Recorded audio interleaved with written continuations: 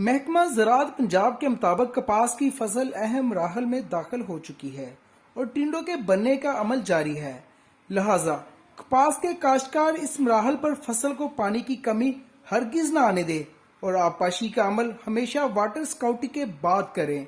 کپاس کی فصل کو آبپاشی ترجیحاً شام کے وقت کریں۔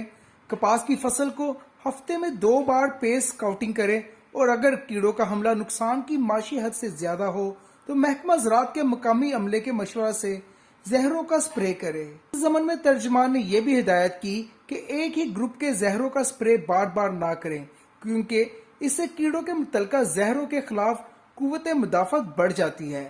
اس کے علاوہ کاشتکار گلابی سنڈی کے حملے سے بچنے کے لیے جنسی پھندوں کا استعمال کرے۔ ترجمان نے بتایا کہ کپاس کی غلط طریقہ سے چنائی کی وجہ سے کپاس کی کوالٹی اور معیار دونوں متاثر ہوتے ہیں۔ آلودگی سے پاک کپاس کے حصول کے لیے کپاس کی چنائی احتیاط سے کریں کیونکہ آلودگی سے پاک کپاس کے نرخ زیادہ ملتے ہیں۔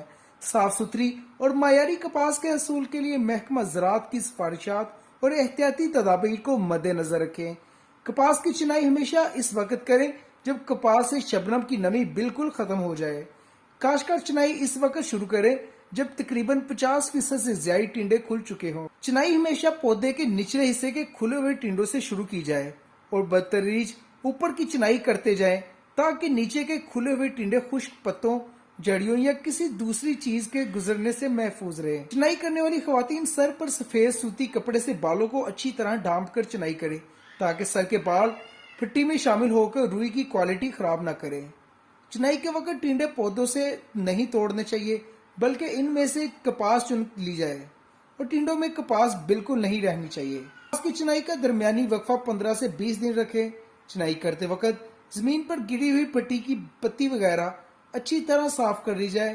بارشوں اور نقصان دہ کیڑوں سے متاثرہ کپاس اور آخری چنائی کے کچے ٹینڈوں سے حاصل ہونے والی پٹی کو علیحدہ رکھیں اور اس پٹی کو علیحدہ ہی فروخت کریں۔ گلابی سنڈی سے متاثرہ ٹینڈوں کے کپاس کی چنائی بالکل علیحدہ کی جائے اور اسے علیحدہ ہی رکھا جائے۔ کپاس کی چنائی کرنے والی خواتین کو مناسب معاوضہ دیا جائے تاکہ چنائی کرنے والی خواتین اجرت کے حساب سے صفائی ستھرائی کو مد نظر رکھیں۔